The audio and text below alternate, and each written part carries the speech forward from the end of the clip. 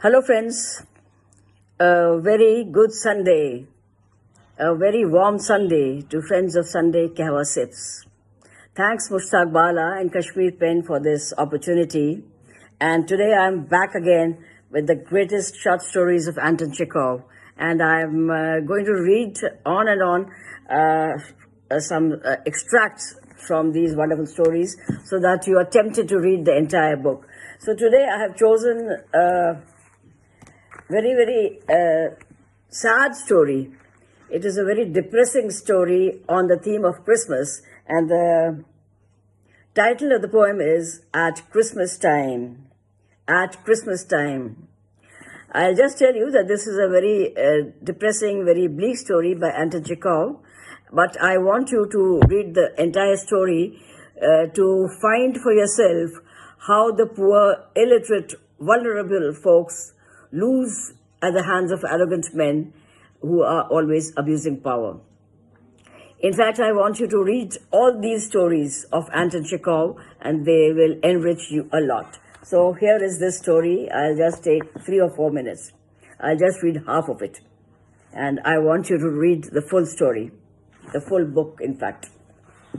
At Christmas time. What shall I write? What shall I write? Said Yegor, and he dipped his pen in the ink.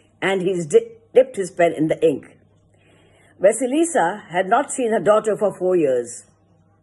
Her daughter, Yefimia, had gone after her wedding to Petersburg, had sent them 2 letters, and since then seemed to vanish out of their lives. There had been no sight nor sound of her, and whether the old woman were milking her cow at dawn, or heating her stove, or dozing at night, she was always thinking of one and the same thing. What was happening to Yefimia, whether she were alive out yonder. She ought to have sent a letter, but the old father could not write. She ought to have sent a letter, but the old father could not write, and there was no one to write. But now Christmas had come, and Vasilisa could not bear it any longer, and went to the tavern to Yegor, the brother of the innkeeper's wife, who had sat in the tavern doing nothing ever since he came back from the army. People said that he could write letters very well if he were properly paid. Vasilisa talked to the cook at the tavern, then to the mistress of the house, then to Yegor himself.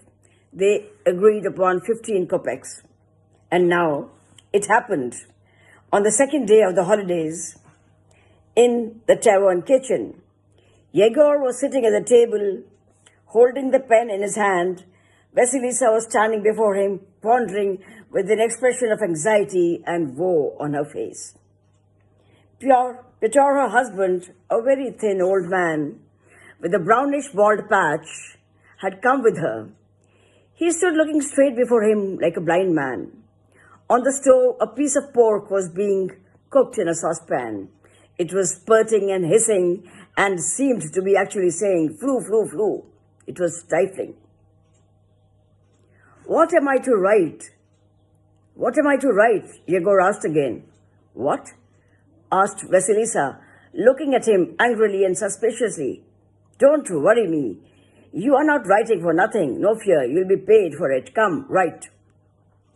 To our dear son-in-law, Andriy Hrisanfich, and to our only beloved daughter, Yefimia Petronova, without love, we send a low bow and our parental blessing abiding forever.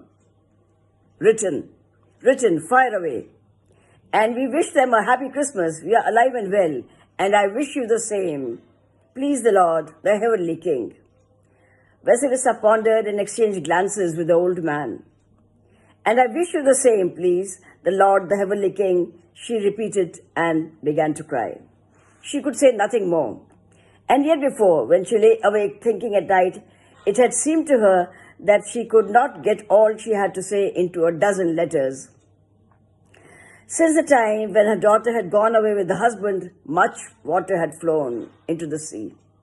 The old people had lived feeling bereaved and sighed happily at nights as though they had buried their daughter. And how many events had occurred in the village since then? How many marriages and deaths? How long the winters had been? How long the night?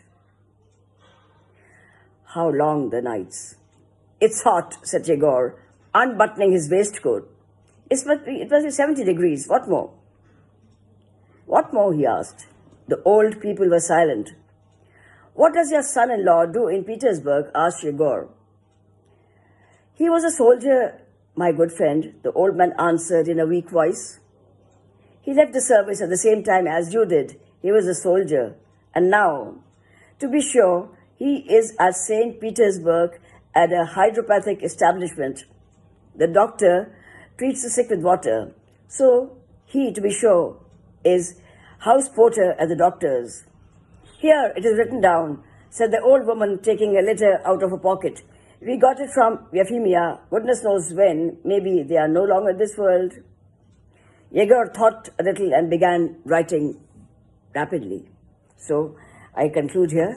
The story will continue for 3-4 pages, and I want you to read the entire story, and I also want your feedback on it. So all the best, and thank you, and have a wonderful Sunday night. Tomorrow is another day. Bye. Toodaloo. See you next Sunday.